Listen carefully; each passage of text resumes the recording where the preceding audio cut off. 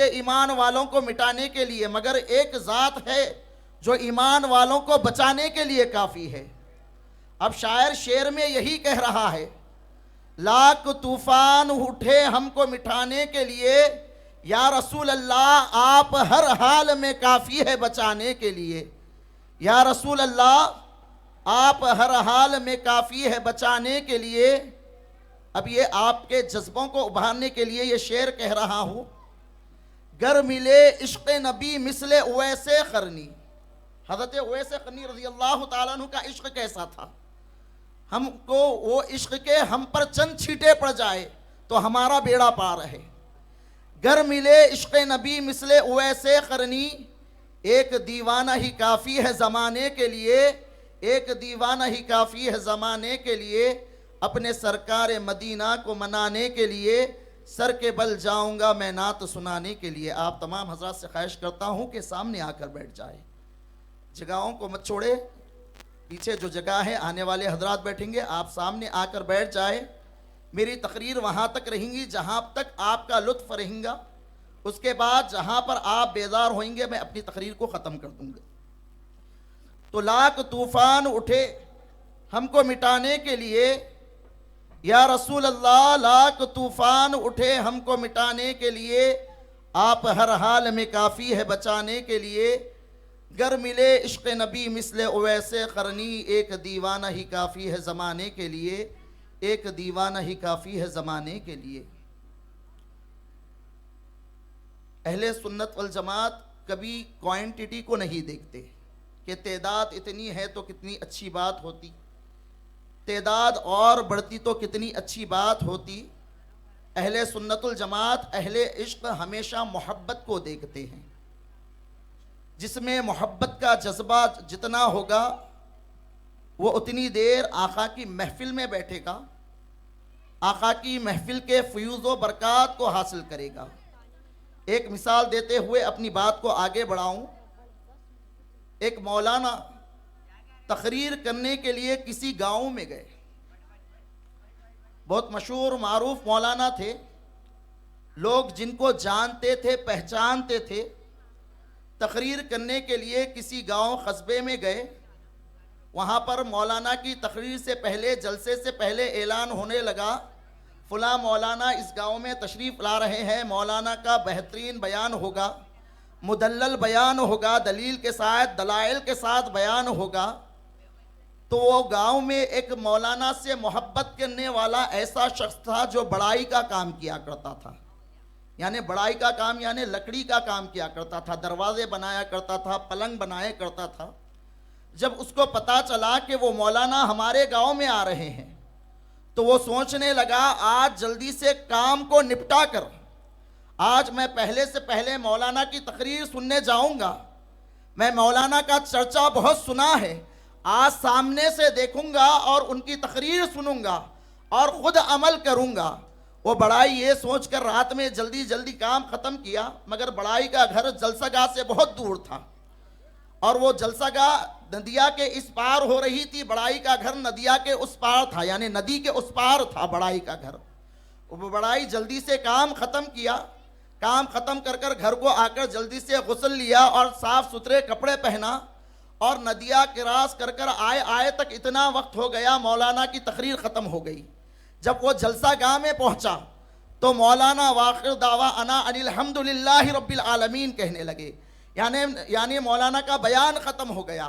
جب وہ بڑائی وہاں پر پہنچا تو وہ بڑائی کا دل ٹوٹ گیا، آزردہ ہو گیا، آزردہ ہو کر سوچنے لگا میں جس کے لیے کام چھوڑ چھاڑ کر آیا تھا، جن کے بیان کے لیے کام چھوڑ چھاڑ کر آیا تھا، جن کی تقریر کے لیے کام چھوڑ چھاڑ کر آیا تھا، انہی کی تقریر ہو گئی۔ مولانا سے آ کر ملنے لگا، حضرت میں آپ کی تقریر سننے کے لیے تمام کام کاج چھوڑ کر آیا ہوں، مگر میرا گھر جلسہ گاہ سے بہت دور ہے، مجھے ندیاں پار کر کر ادھر آنے میں تاخیر ہو گئی۔ میں جب پہنچا حضرت آپ کا بیان ختم ہو چکا تھا۔ اب وہ مولانا کیا کرے، بیان تو ختم ہو گیا، جلسہ تو ختم ہو گیا، اب وہ مولانا کیا کرے، اس بڑائی کا ہاتھ پکڑے، اکیلے کمرے میں لے کر چلے گئے. اب وہ مولانا تنے تنہا ہے, وہ سامنے سننے والا تنے تنہا ہے, دونوں بھی اکیلے ہیں. اب مولانا جو جلسگاہ میں ہزاروں کے سامنے جو تقریر کرے, اس ایک کے بھی سامنے وہی ہو بہو تقریر کر رہے ہیں. 2 گھنٹے جو جلسگاہ میں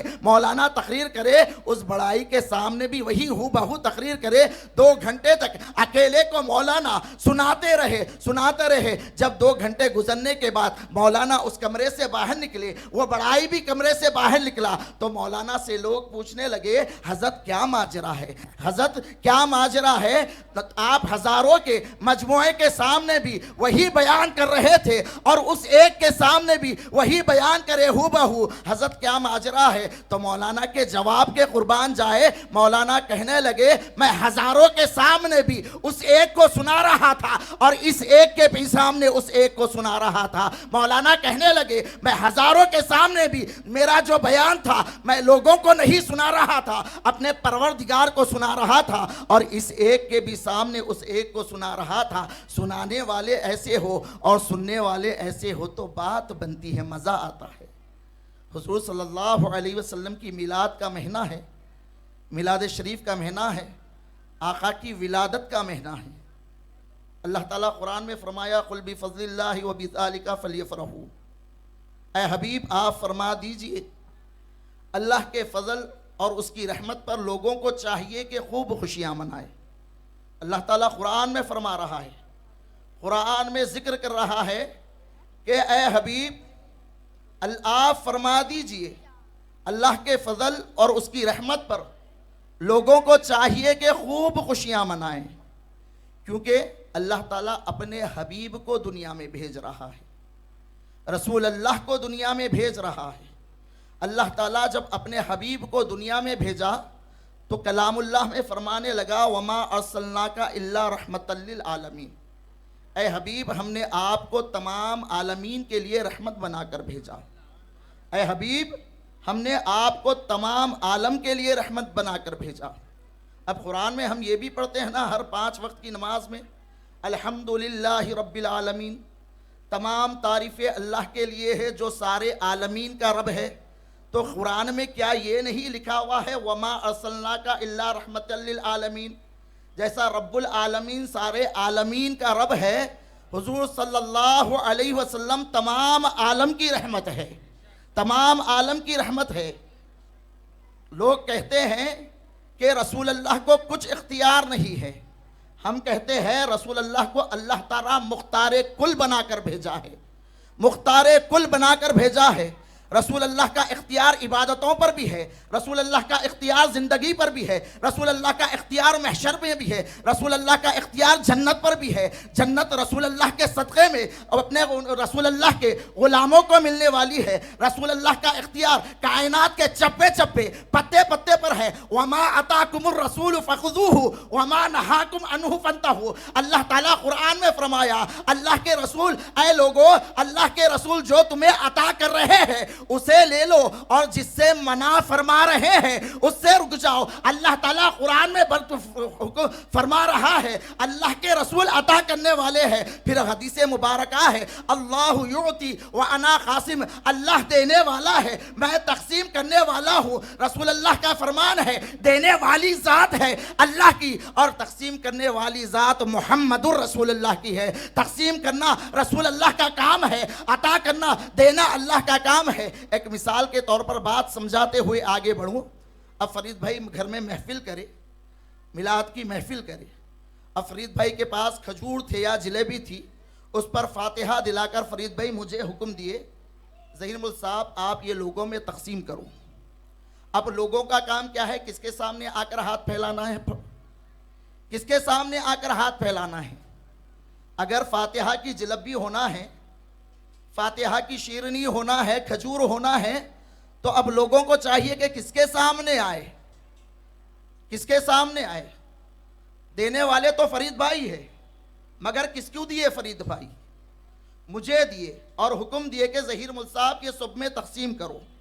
اب کوئی 1.5 دماغ والا نکل کر جا کر فرید بھائی سے کہیں گا, فرید بھائی فاتحہ کے کھجور جلیبی نہیں ملی, مجھے بھی دیو, تو فرید بھائی یہی کہیں گے, بھائی میرا کام دینا تھا، میں سب کچھ ظہیر مل صاحب کو دے دیا، اب جاؤ آپ ان سے لے لو۔ تو اللہ تعالیٰ کا یہی کام ہے، کائنات تو بنایا مگر کائنات کا مختار محمد الرسول اللہ کو بنایا۔ اب جب ہم اللہ تعالیٰ کی بارگاہ میں جائیں گے، اے رب العالمین عطا کر، تو رب العالمین یہی کہے گا، دینا میرا کام ہے، عطا کرنا میرے حبیب کا کام ہے۔ اب تمہیں جو لینا ہے میرے حبیب کی بارگاہ میں جھولی پہلا کر، جھولی پسار کر لیو، وہ دینے والا ہے، تم لینے والے ہیں۔ اللہ تعالیٰ یہی فرمائے گا، اب جسے جو بھی لینا ہے میرے حبیب کی بارگاہ پہ جا کر لینا ہے۔ اللہ تعالیٰ کیونکہ آقا کو مختار کل بنایا ہے، کائنات کی ہر نعمتیں حضور صلی اللہ علیہ وسلم کے ہاتھ میں عطا کر دی ہے اللہ تعالیٰ نے۔ اب جس کو بھی لینا ہے رسول اللہ کی بارگاہ سے لینا ہے۔ اللہ تعالیٰ قرآن میں فرما دیا وَأَقِيمُوا الصَّلَاةَ، نماز قائم کرو۔ اللہ تعالیٰ قرآن میں فرما دیا وَآتُوا الزَّكَاةَ، زکوٰۃ ادا کرو۔ اللہ تعالیٰ قرآن میں فرما دیا رمضان کے روزے رکھو۔ اللہ تعالیٰ قرآن میں فرما دیا حج اور عمرہ کرو۔ اگر اللہ تعالیٰ قرآن میں فرماتے جا رہا ہے نماز پڑھو، مگر نماز کی کتنی رکعتیں پڑھو؟ اللہ تعالیٰ قرآن میں کہیں نہیں فرمایا کون سی وقت کی کون سی نماز کس وقت پر پڑھنا ہے۔ اللہ تعالیٰ قرآن میں کہیں نہیں فرمایا۔ اللہ تعالیٰ قرآن میں حکم دیا روزہ رکھو، مگر روزہ کہاں سے شروع کرنا ہے،